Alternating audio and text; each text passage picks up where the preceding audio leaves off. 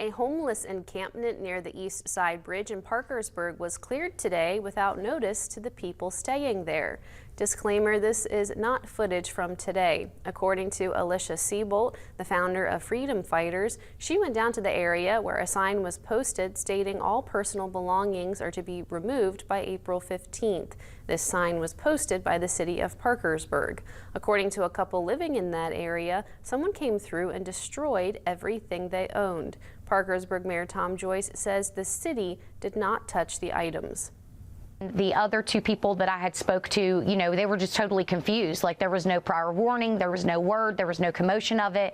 And now these people literally have no resources. I did speak to the one couple. They are male and female, and I talked to them about possibly going to a shelter when there is a shelter bed open.